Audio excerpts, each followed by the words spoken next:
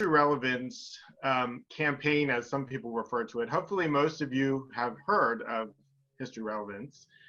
We now kind of refer to ourselves as History Relevance Initiative. Dropping in the link to the So we often call ourselves an initiative now, but basically it's a group of national history, people from all kinds of history organizations that are volunteers. We all have jobs elsewhere, but we started around 2013, kind of asking the question of what is history's brand? Of course, if STEM is a brand and history, you think of history as a brand, what is history's brand? STEM, of course, has a very strong brand, but what was history's brand? So we started by asking that question. We started very grandly thinking about some kind of national history campaign to make people like history, and then quickly realized we have a problem in that it's not a new problem, but history's problem is not making itself relevant. And we decided very quickly on to focus in part on history organizations themselves of all different sizes and doing what we could do as an organization. Allison, if you could go to the next slide.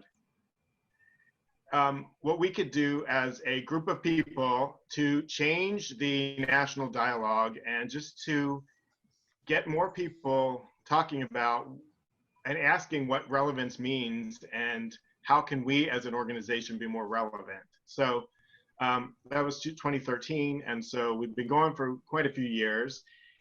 And here are some of the projects we've worked on. Very much grassroots effort.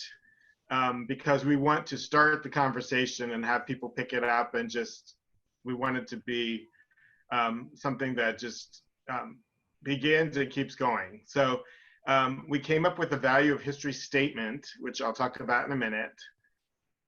We continue to seek endorsements from organizations for that statement. I know this association has endorsed it.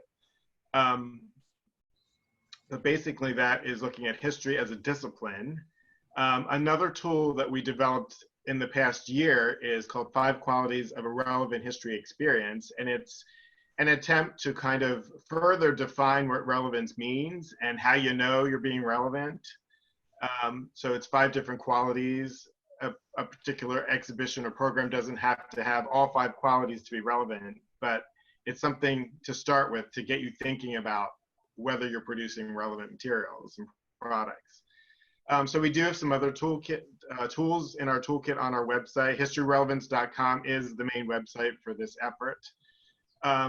We offer examples from different size organizations of how they have used the tools that we produced and how they have changed their conversations within and without, with their different stakeholders talking about relevance. And Mary Lee Mostov is going to talk a little bit about that in our session today. I also want to mention, and we'll mention this at the end of our session, that we also pushed for and started the conversation, I'll take credit with this group, History Relevance, to get some large organizations like ASLH, NCPH, and OAH, our partners, in a project called Framing History, which we'll talk about later. And AHA, American Historical Association, is also starting a project that is an update kind of the presence of the past. If you know about that book, it came out in the 1990s. And both of these studies are looking at public perceptions and attitudes about history and looking at what the gap might be between what the public thinks about history and what the people in the profession think about history. So talk more about that in a minute, but next slide, please. When I think about relevance, in my mind, separate it into 3 different spheres, I guess you could call them. And from very top level, big picture, to very small level.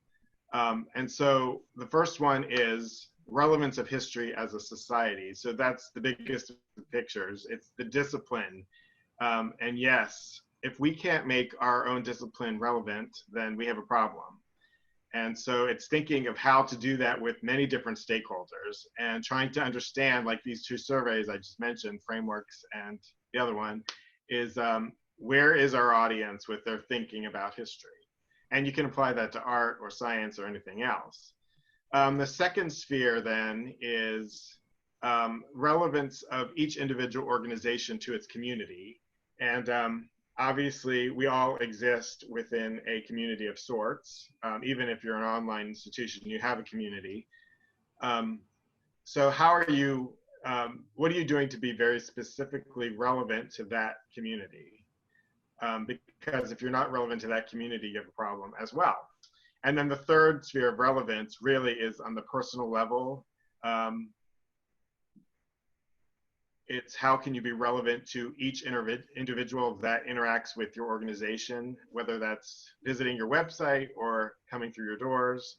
How can you attempt to be relevant? And of course, that leads to a bigger question, which is worth asking, and it's a difficult answer, of course, is can an organization possibly be relevant to everyone? And I've heard different answers to that, of course, but it's certainly a question that is worth chewing on for a while. Next slide.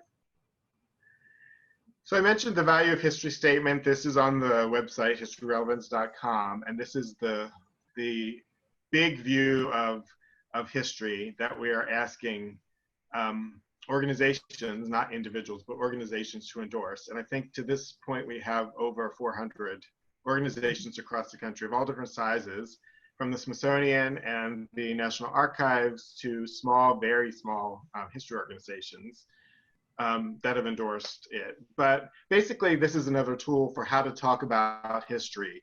We decided one of the problems in the history field is that we don't have a unified language for how we talk about why history is relevant. And so this was an attempt to get at that.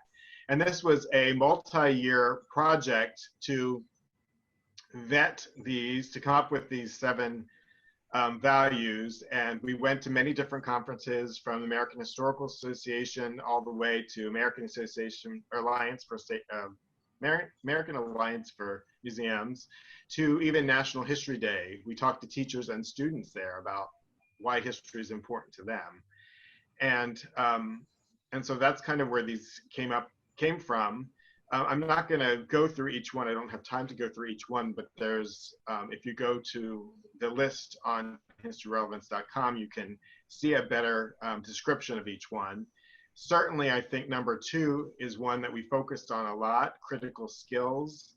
You often hear with science all of the important skills that science teaches, but we sometimes struggle with history in communicating what are the important skills that history teaches. And certainly historical thinking is a term that many of us use. And part of that is critical thinking. And if we want a healthy society, certainly we need to teach everyone how to think critically. But what does that mean within a history context? So that's one of the values of studying history.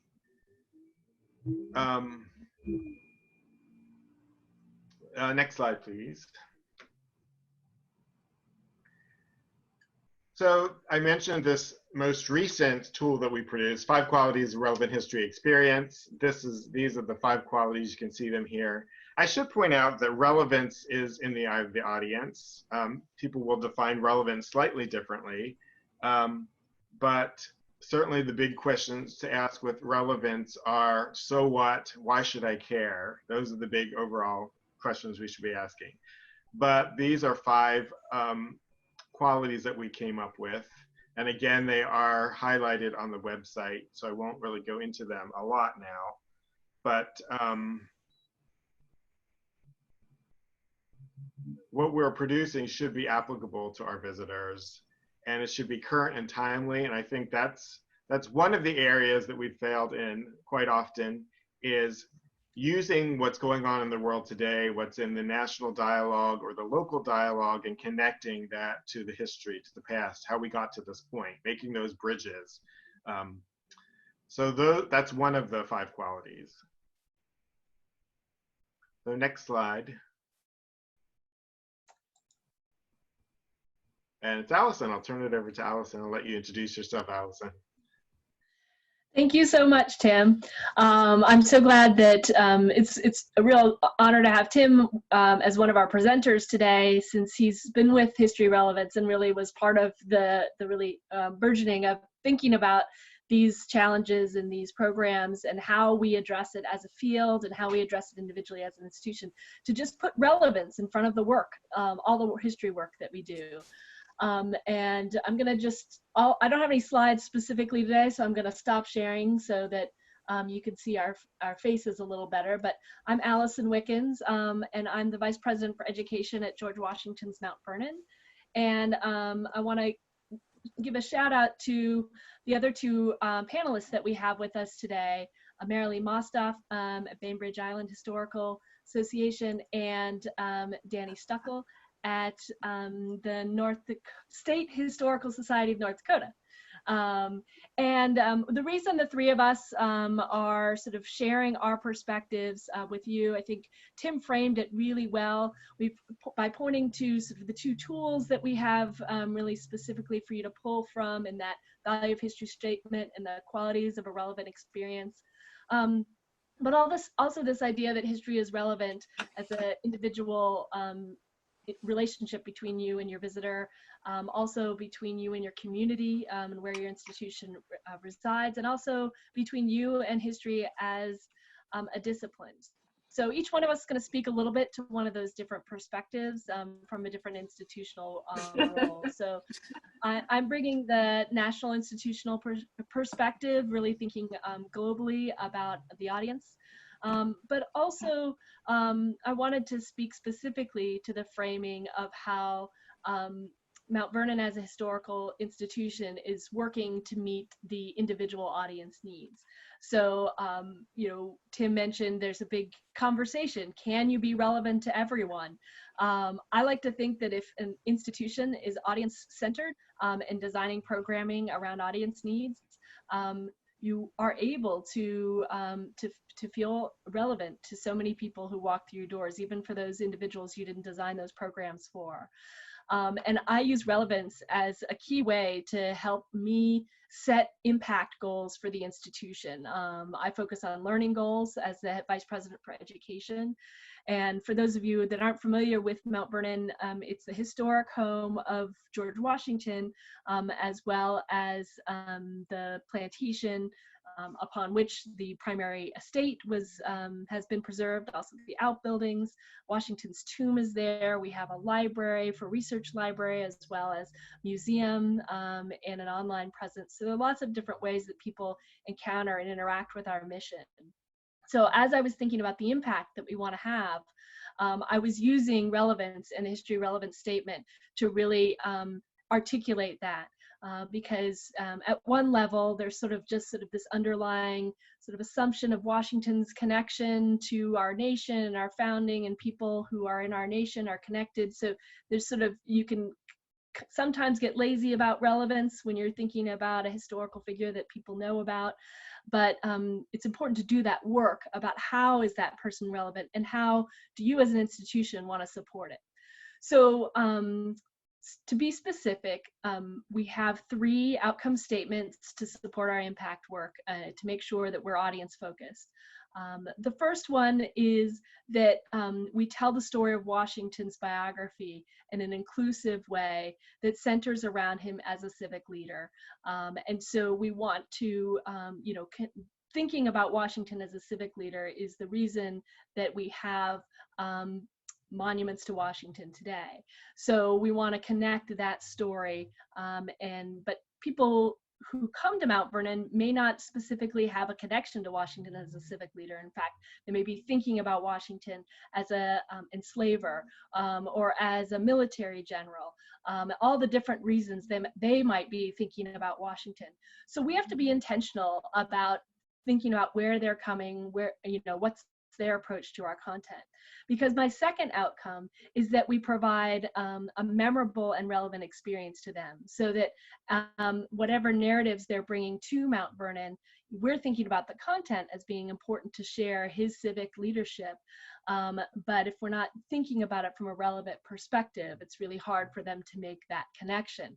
So the work that we do, especially in the interpretive and the media-rich, sort of online presence, is to connect our content in a memorable and meaningful way. So we use sensory programming, we use physical programming, we use rich media engagement, things that are going to create aha moments, memorable moments. And then if you've established what your mission is, and you've established sort of that you want to make this a memorable and relevant experience, the important thing for an institution to do, and how, again, I really found the value statement useful, is to be thinking about what do we want our guests to be doing with that? What's the change we want them to make in the world based on learning something about our content? And we really want to inspire people to take civic and become civic leaders in their own community, make positive contributions to self-governing societies and communities in which they occupy. And so there's a nice line that we're able to draw programmatically by thinking about each individual that comes in. What's their perspective on Washington? How do we make that a memorable and relevant experience for them while they're there? And what do we want to challenge them and ask them to do after they leave Mount Vernon, after they've engaged in our resources?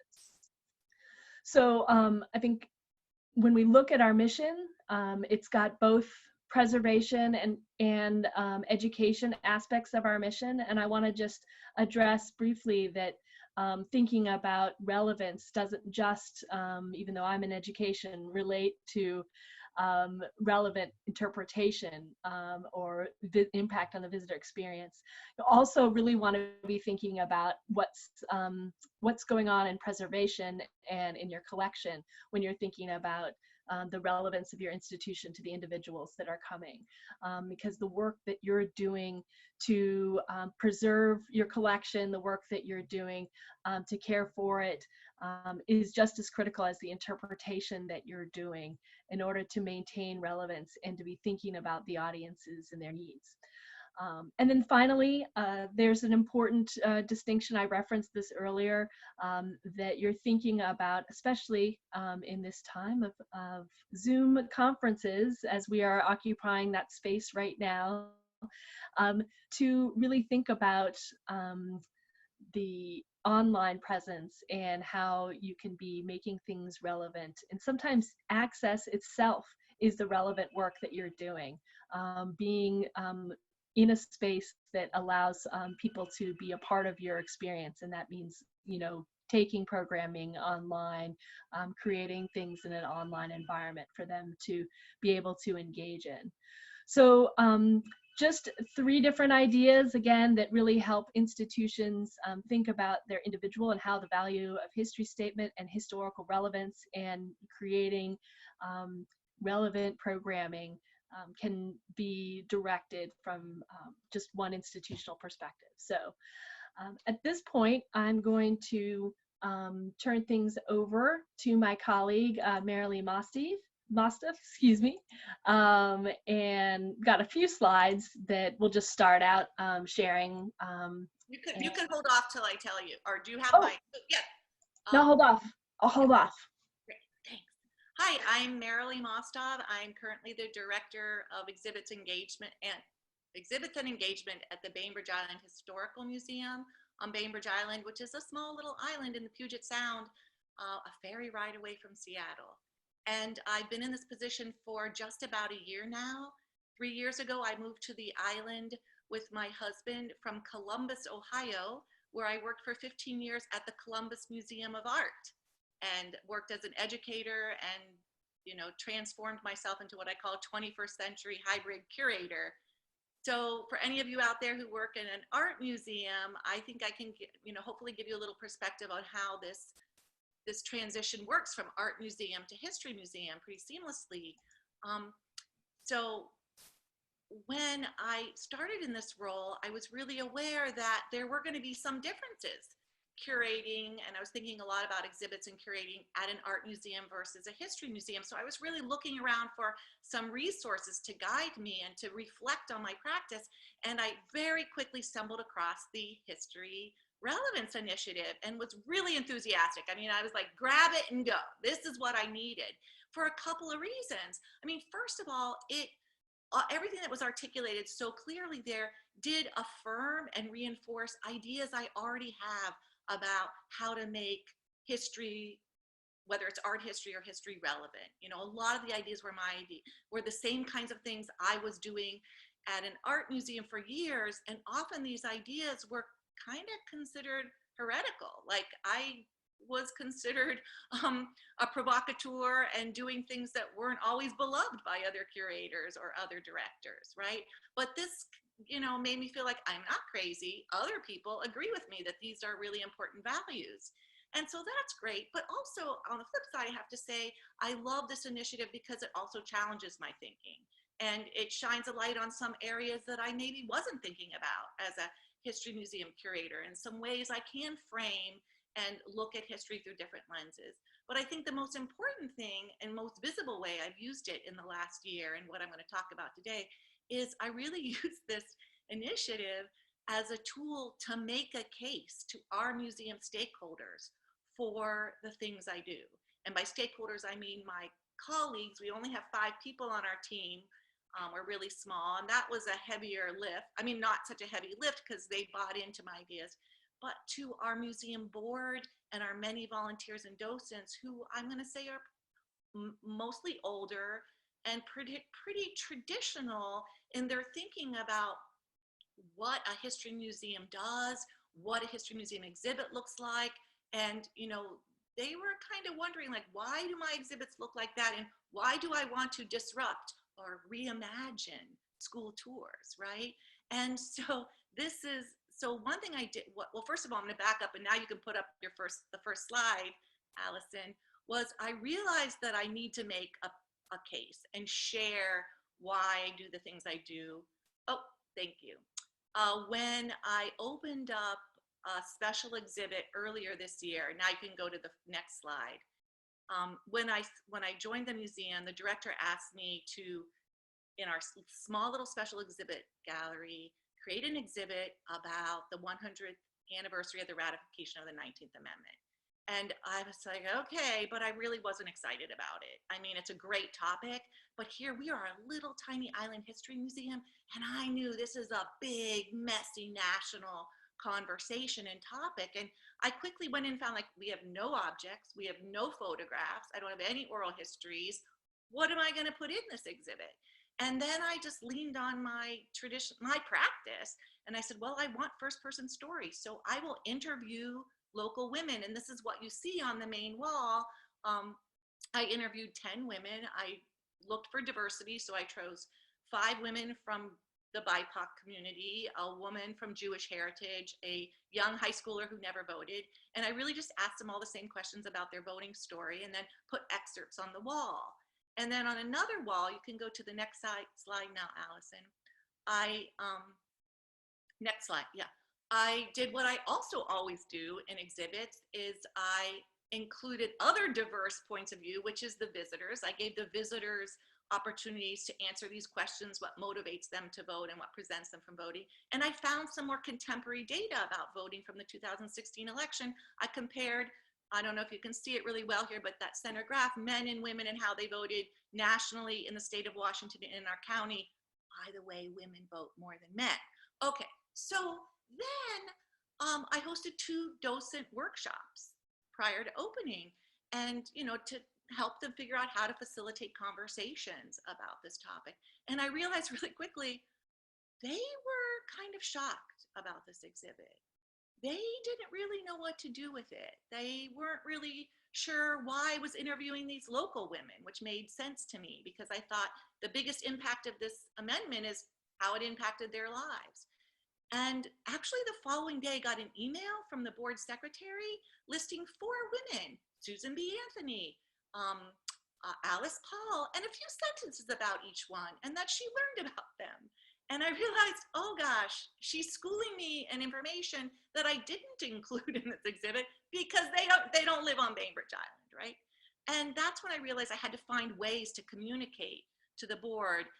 Jumping really quickly, fortunately, we closed down, and like all of you, we had to figure out ways to put out content on our website. And one thing the board asked us to do was to write a blog. And at first I was like, oh my gosh, well, no one's gonna read a blog. And then I realized, okay, I'm gonna use a blog to communicate why we do the things we do, why this. And the first blog I wrote was Making History Relevance. I cited this campaign, and I really used the blog as a way to actually give my ideas kind of professional, credibility, right? And it was very strategic on my part because these more traditional, highly educated board members are always asking me, what's that big museum doing? What's this big museum doing? And I wrote very clearly in the blog, like, this is a campaign that's supported by the Smithsonian, AAM, enlisted, and keep talking about other big museums. And that works, honestly, because that kind of gave my ideas a little bit of more professional credibility. And then more recently, how I use the campaign to support the work I'm doing is we have one other gallery, which is our permanent collection gallery. It's the story of the island. It's incredibly problematic. It's cringeworthy. I presented a whole PowerPoint on what my plan is and my idea is to reinstall the whole story. And of course, there was one slide where I explained how I was going to organize the topic by subject, but my next 3 slides were really more about interpretation. And again, I heaved in the History Relevance project and outlined 3, I call them lenses of how I would approach talking about these different subjects by looking at change, the past, present, and future, or by looking at contemporary issues, or by thinking about historical empathy. And they already had been, this board group had already been prepared and already learned a little bit about this project and, thought highly of it. So that again worked for me. So I just keep continuing to use this and value it as a tool to communicate with my, stakeholders and volunteers. It will be a long process, I'm sure. That's it. That's all I got. Danny? I didn't even need to cut you off, Marilee. That was perfectly timed to your 10-minute goal. Yes. And I think, and I love that you really sort of circled around and brought attention to the value of history statement and the relevance work as a communication tool. And I think that, we're sharing it with you. I was sharing it with you as an operational tool, sort of like how you can use it in your own practice and how you can think about it from an education or collections perspective. So I really like that, Marilee, you brought up like how you can use it to communicate to others about the work that you're doing. So if you're already doing relevant work, if what I presented was like, duh, Allison, of course we want to have audience needs or impact focus, like, then you're like, oh, but nobody else understands why I do that, right? Like nobody gets this and why this is important. Like that's another great reason and way these tools can be helpful. So really like that. But I'm going to turn things over to Danny now. And I'm just going to put up your introduction slide so people can get your name and your institution, but then I'll take it down so everybody can see your face too. Hi, I'm Danny Stuckel. I work for the State Historical Society of North Dakota. I am based in Bismarck. And when I first heard about the History Relevance campaign, this really resonated with me. Several years ago, I think I was at a conference, probably AASLH, and I was introduced to the campaign, and I almost immediately became an ambassador for it. I came back eager, much younger, middle management level professional, really eager about this concept I heard at a conference, came back to my agency and asked the leadership if this is something we could sign on to. And it was one of the easiest ideas I ever had to try to convince management to do. They saw the value in this right away. Our agency signed on. We actually have two boards. We have a governing board, and we're a state agency, and so we also have a nonprofit foundation. And both boards quickly signed on to this and supported this. And then after my initial success, I was kind of stumped as to what to do next. Now I've got this great idea that resonates with me. There's other people out there working on this. What do I do now? At the time, my role at the agency was working in field services, which was largely doing outreach, workshops, and things of that nature with the small museums throughout our state. And most of the museums in North Dakota, MPMA, the Great Plains states, everybody can identify with this. We have a lot of very small rural museums that don't have professional staff. A lot of them don't have any paid staff at all. They're run by volunteer lay people, board members. And when I would work with them, I would introduce this idea. Have you heard about this? This could influence how you're doing programs. And I felt a lot of frustration because I didn't really know how to make this concept approachable for these small organizations so that it was something they felt they could implement. And I shifted the way I was talking about it. I was talking about, identifying your audience and what is their motivation for visiting your organization, and you've got to meet them where they're at physically, mentally, emotionally. But these are organizations that are open by appointment. They're not really doing interpretive programming. So I always kind of struggled in how to best promote this and make this something that the small organizations I was working with could embrace themselves. I do serve on the board for an organization in our state, the National Buffalo Museum in Jamestown, and we've been able to have a lot of success implementing some of these ideas. We recently just did the first interpretive plan that museum has ever had. And we didn't mention the History Relevance campaign in the interpretive plan, but when you read through it, you can see the fingerprints of this concept everywhere, all the goals, the themes. It's all about how do we, where is the Venn diagram overlapping between our organizational mission and the goals and motivations of our target audience. And I was really proud of some of the plans that we have. The pandemic is going to have an impact on how we start to implement these visitor experiences that we've planned. But we feel that they're really solid concepts that we think will carry us a long way. For example, we have a lot of future programming planned around cooking. Bison there's so many messages we can have about how it's a healthy option. How it's more than just how to cook it, it's more than just cooking techniques. It's so much more about the sustainability of the industry and how bison being raised in a holistic manner, and where can you find out local sources of where your food is coming from. These are all messages that we feel will really connect on a personal level with a vast number of our target audience. So I'm feeling that we're going to have some success. I'm excited about that. Future success to look forward to. But where have I been finding success lately? One of the things that has happened with me in my job is that my job has shifted. I don't really do a lot of field service work the way I had been.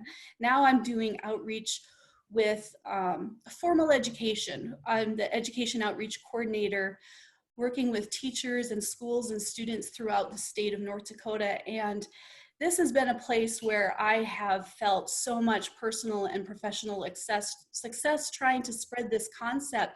Teachers really get it. They are right there with us trying to help students understand how history in the classroom relates to their life. How is this relevant? A teacher friend of mine one time called high school students walking hormones in tennis shoes. And I thought that is That's how I will always think of them forever now. It's an apt description. So this resonated really well with teachers. How do you get high school students to understand how history impacts their life? And I am the state coordinator for National History Day in my state, which has really been a place where I've been able to spread the message with a lot of success in that as teachers are trying to implement project-based learning into their classroom, they're starting to really embrace all the things that History Day can bring to them and their classroom. Having students have some autonomy over what they're learning, having a place where students can do research on a topic they care about that might not otherwise be discussed in the classroom, things that resonate with them personally, with their families and their communities. And I've really been excited about the changes that I've started to see happening in the classrooms that I've been working with, and how you can be talking to a teacher about this and you can just see the light bulb go off over their head. So that's probably where I've had the most current success with sharing this concept of getting that you're finding the places where your organizational mission overlaps the average person's personal motivations and how you can make that connection. And I feel that the History Relevance campaign has really given me a lot of tools to help think about how to frame that with people.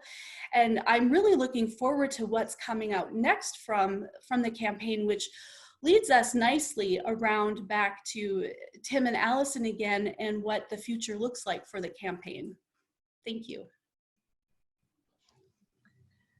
Thanks so much, Danny. And you mentioned National History Day. They were definitely one of our early involvers actually in the creation of the value statement and all of that, the work that they're doing. And I think if any of you are working with schools and, that are teaching history, it's such a great opportunity to advocate for the discipline that we share.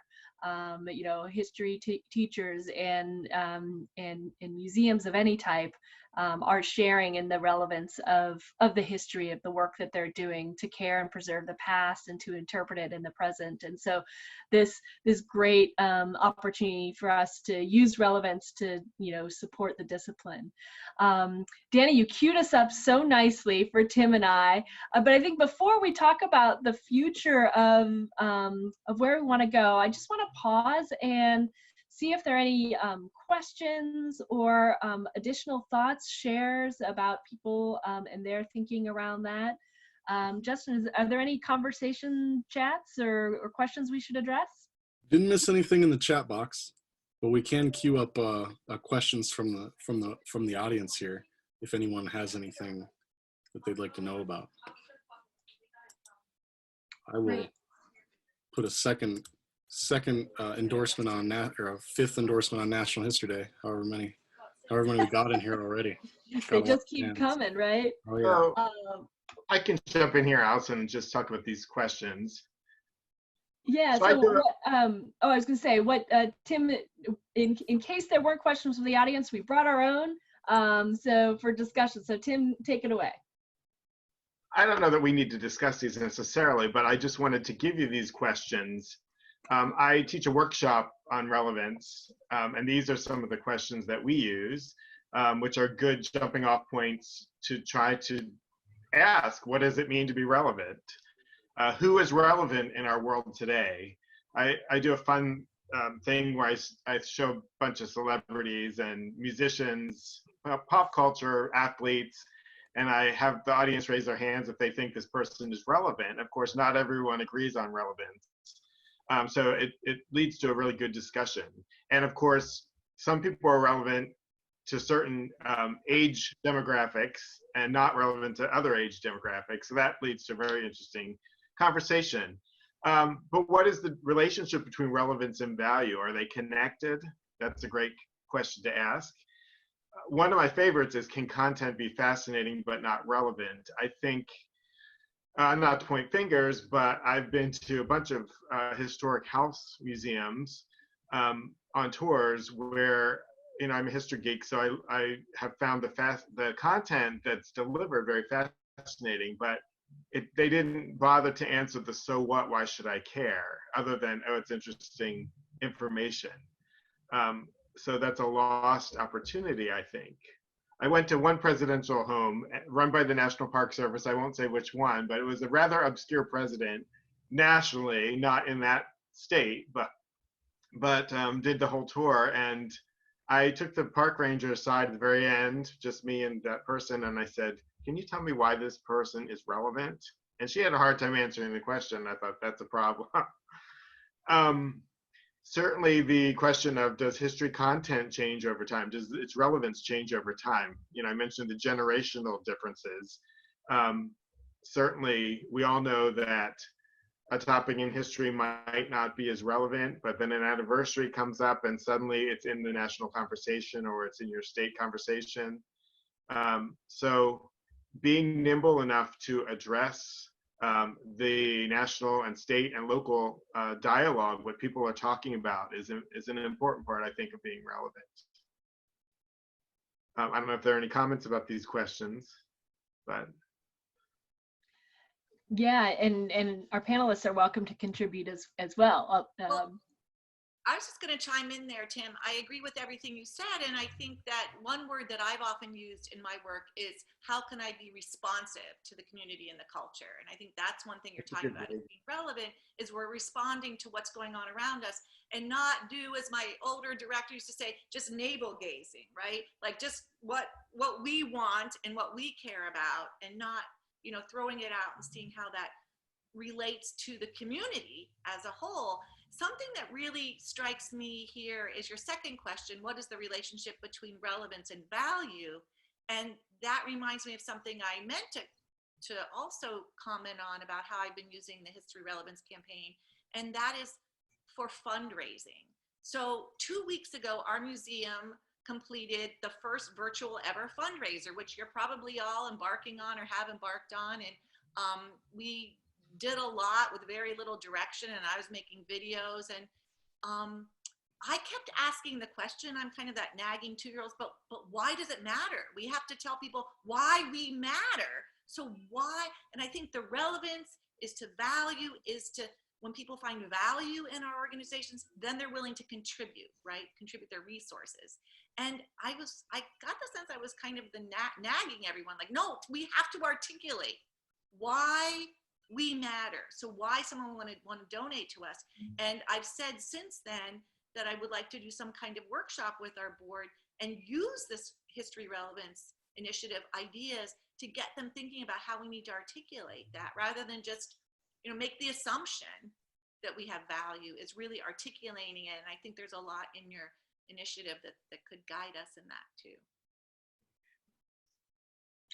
Yeah. A lot of places can make assumptions about their relevance. Of course, we're relevant.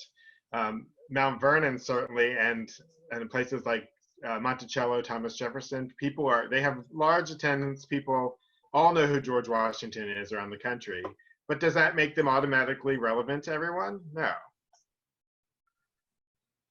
And Tim, I love your prompt here about, does relevance of history content change over time? And really thinking about the great opportunity, the nimbleness, you know, that you've got years and years of research, right? And so you've got your history content, and is it only mapping to the audience? You know, is only just sort of, oh, the audience changes? Or is the work that you do, are your interpretations changing over time? And I think in this year of 2020, where we've, you know, seen, you know, I think in January, probably very few of us had pandemic diseases as a key, you know, interpretive sort of point to explore. And a lot of us may be exploring that now. And, you know, the racial justice reckoning that, you know, is happening in communities around the nation. There's a lot of new conversations that might be happening in institutions, and I think it's sort of looking at 2020 as a microcosm of a really larger question about, you know, your institutional's content and your mission and how it might change over time in order to stay relevant.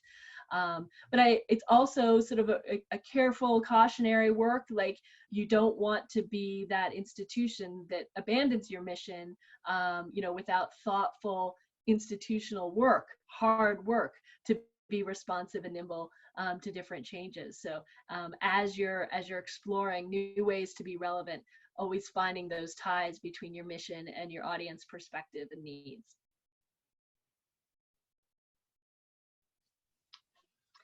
Danny, do you have a favorite prompt in this list? I really like mulling over just the concept of what does being relevant even mean.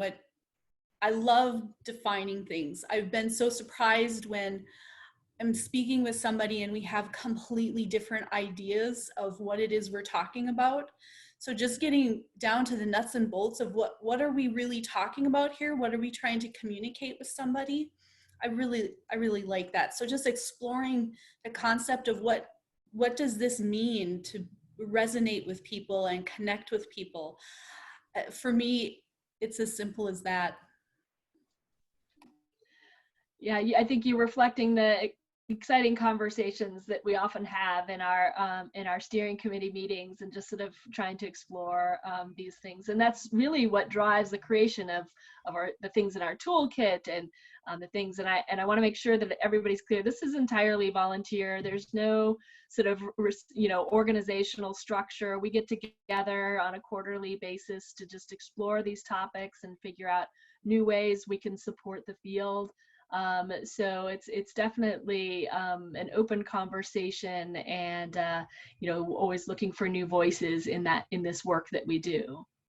We're also not trying to replicate what anyone else is doing, but we're looking for holes, like in toolkits, that nothing exists to address certain topics. So that's kind of where we came up with the value of history and the 5 qualities statements. I'll just say one more thing. The last question, because I don't want us to go without addressing, can an organization be relevant to everyone? And I think that's something, you know, museums have been grappling with, you know, pre the reckoning of this year. And maybe the question more honestly is, how can we be more relevant to more people, right? Because in our case, a former director, I was kind of shocked and surprised, was speaking to me outside the museum recently. He said, oh yeah, when I came here 20 years ago, it was a mausoleum. Literally a mausoleum to the handful of privileged white people who founded this society. I'm just laying out there to share their story, right? So no one would forget their story. And I know that's a common trope for museums. And so now what do we need to do differently to broaden that story? And for our little museum that has a history, you know, is basically been telling the story of some of these people, but we found that 65% of our visitors are tourists. You know, we're a big tourist destination. And so my question for relevance is, why should they care about what happened on this island, right? And so this really that's another reason it really resonated for me when I saw it. That's a challenge for me, that maybe some of our board and staff who could be literally founding members of this museum, it's hard for them to wrap their head around that question. That's a question I'm grappling with. Yeah, and I see the question in the chat. I know I was supposed to ignore it, but I love the idea of giving me 3 adjectives you want this piece to adhere to. Adjectives are a great place to build conversations about relevance. You know, just really you know, using those descriptive words about emotions, about content, about sort of all the different ways you want people to be feeling, all the things you want them to associate with your site. I love that idea. We had great conversations when we were trying to come up with the 5 characteristics, the 5 qualities, right? Those words we actually started out with 6, and then we tested it with the field and ended up with 5. But just coming up with those words was a challenge. Can I? Oh, go ahead. Well, I'm really curious, and you don't have to share, but which word didn't work? I'm trying to remember. I don't mean to put you on the spot. It's just like, All I remember, I fought really hard for it. I'm pretty sure it was memorable. Yeah. Well, and I think just maybe I'll help you segue into the piece that you were announced yesterday, right? That a lot of it has been focus tested, and that's how I described it when I was doing my best a few minutes ago before you guys started. That you're going about this in a very well thought out, maybe a scientific kind of way to try to figure out how does this work in popular consciousness, which I'm super impressed by. But maybe that's a good segue for the last few minutes of the conversation, that you've come up with some new information for us. I will say the goal with History Relevance has always been to reach out to the broad umbrella of history people, not just public historians, but preservationists, academic historians, because we're well aware that they don't always talk to each other, and they should be talking to each other more than they do. And so that's been a goal, to try to involve all those different types of history people. So yeah, Danny did cue us up to talk about what's in the future. And Tim and I just wanted to share a couple projects that are pretty exciting going on right now. And Frameworks actually came out of the History Relevance. We're not officially associated with it because we're not an organization, and it's a major 3-year grant investment. It's a really exciting project that was just announced at ASLH yesterday. Tim, you want to talk a little bit about Frameworks and So I know this is a wall of words, but I'm guessing, and I don't know for sure, but I'm guessing ASLH will have much of this on their website. But so they've gone through the first year, and it's a 3-year project, as she said. And so this is just very preliminary identifying. So the goal of the project is to look at the gap between what the history field thinks about history and knows about the process of history, and what the public thinks about history and what it is. And you can see here, no surprises. The challenges are a lot about fact. History is a bunch of facts and names, dates. It's about people observing those facts. Let's see. Some people are not comfortable with interpretation, how it is an interpretation of facts. 7 is painful for much of us who are in the field. Public sees history as a non-essential hobby. So that's painful. 8's painful as well, I would say. Those people that don't think the teaching of history can be improved in schools, that's very fatalistic. Should we look at some of the opportunities? Real quick, Tim, it jumps between public and people. Is that just they're using that as a synonym? I mean, there's no distinction that there's in that previous slide. Yeah, I don't think there's a distinction. Okay. And as people are looking at the opportunities, I love this. I just want to frame Frameworks too, right? Like, the goal is not just to identify these challenges and opportunities, but the 2nd and 3rd year will be to figure out how to connect what historians think about history and what society and our public audiences think about history. And Frameworks has done this with the environmental field, analyzed what the specialists think, what do the public think, and build those communication bridges. So they're going to be building communication bridges for all of us to be able to use.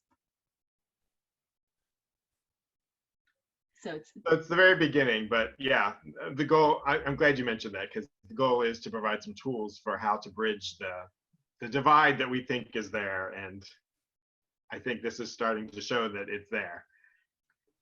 Yeah, and I see that, Deborah asked, how do you battle no H in STEM? And this is, the idea for this work is that STEM's done a good job of communicating its value to the public that don't understand the intricacies of science, but they do believe that science is important and not just need to have hobbies. So the work that Frameworks is doing, the research and the tools that they're producing are going to help us really win that battle or tie it. We don't want to beat STEM. We just want to be, you know, a part of a great diverse learning experience like them. So like I said, we just announced this with ASLH yesterday. So I don't know if there's a public link to it yet, but I'll pop it into, I'll send it, Justin, if I could send it to you, if there's something out there. If you and your team find it, feel free to pop it up.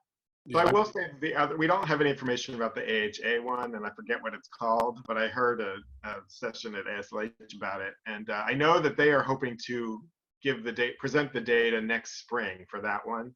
And if you're familiar with the book Presence of the Past, it's really looked at where Americans get their history knowledge from, all different kinds of places. And of course, in the mid 90s is when that book came out. The landscape looks very different today. There's ancestry.com, there's Twitter, there's online stuff, there's podcasts, there's lots of different ways that Americans get their history. So they're updating that, and it should be very complementary, I think, both of those two studies. And I think the timing is great too, because the 250th of the US is coming up too in 2026, around there. So yeah, and that's exactly what I was going to say.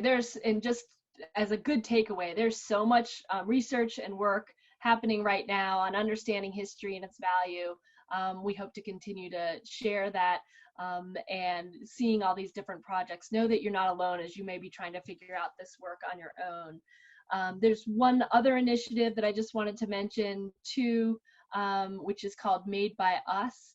And specifically calling this out because they're focusing almost entirely on Gen Z, on figuring out what Gen Z audiences' relationships are to history, and figuring out the best ways to engage that younger audience. So they've started this initiative where you can submit a wish for us, a wish for the US. So there's some soft lifts and some great access to great research if you're interested specifically in engaging that high school's young audience with history. And then recognizing our time, I just want to put up our last slide here and give you that great takeaway that Tim has really framed nicely for us, that it's not just about doing relevant work. We really want to encourage you to develop a mindset of relevance, and then measuring it. Really, don't be afraid to talk to your audiences and not only learn from them, but also find out if you're succeeding. Is your work relevant? You don't want to just try and not know. So that critical point in assessment evaluation allows you to also for other people to learn from your successes and your failures. We are all here to share our failures so that we can all be better as a field. And in full transparency, this is something that evaluation is something that the History Relevance Initiative struggles with. We realize we should maybe try to provide more tools in this area. Certainly the major federal funding agencies that fund history projects could do a better job, as the National Science Foundation does, more rigorous job of requiring more rigorous research. We went looking, at the very beginning of History Relevance Initiative, we went looking for some great examples of history organizations that are doing really relevant stuff, but we were looking for examples that had data to back it up, and it was slim pickings. We didn't really find many because they either collect the data and don't analyze it, or they don't even bother to collect the data, or it's just demographic data. So evaluation is something we can all work on for sure. So I'm sure we're all happy to answer questions. I know I'm not running off anywhere if there's any follow-up, but I put our email addresses up here. If you have specific questions about initiatives that we talked about, or if you're interested in getting in contact, we are also, if you're interested in being more involved in the History Relevance group, just as a volunteer, as we all are, I put, if you want to ask about the executive committee and different service or the steering committee, definitely reach out to Tim or I, and we can point you in the direction of great ways to get involved in those. And you know, I'm sure Marilee and Danny are also welcome to get questions about their work as well. We would love for your organization to consider endorsing the Value of History Statement if you haven't all information is online. And also, I failed to mention we have a LinkedIn History Relevance group as well, which has more than 1,000 people involved in it. Well, I'm very grateful for you all being here. I know we're very grateful for you all being here. Well, Thanks for inviting us. Yeah. Do we have any questions from the group? You know, we hit the 4 o'clock hour. I'm going to hang out too. As long as you want to hang out and ask questions, you're welcome to do so. And then, yeah, go ahead, please. Oh, I just didn't know what time the pet parade started. So. Pet parade is in just, well, I was going to say 90 minutes, 85 minutes. It'll be 5:30 Mountain, 6:30 Central, 7:30, I guess, Eastern time. But yeah, they're wise to the pet parade, so I'm going to give them the link so they can get to that too. I hope it wasn't a surprise. No, they are. No, I'm talking about you guys being wise to it. Everybody else. Oh yes, we are wise to it. Yes. Everybody here's pumped. I'm just gauging the room here. I don't see faces. I'm just being facetious. Thank you again for your time. It doesn't look like we have any questions popping up. Everybody, you can join the main room here. As I mentioned, in just less than 90 minutes, we'll get you over to the right place for that. Those who were involved with last night's know that it was a heck of a lot of fun. We really did have a lot of fun hanging out and playing musical bingo. You missed out on that. Awesome. It was awesome. It was awesome. But trivia night tonight after the pet parade, so flex your muscles on your colleagues and friends from around the region and show them how dang much trivia you know. So see you tonight. We appreciate your time, History Relevance folks, and let us know if we can be of any assistance. Send us along anything that we can share with the audience. We'll get that out. Okay. Great. We'll send you some handouts and you can share along. Awesome. Thanks so much, Justin. Thank you very much, and thank you all for your great work. I'm a big fan of all of the states you guys are from. So I'm a Western girl in my heart. Oh, that's good.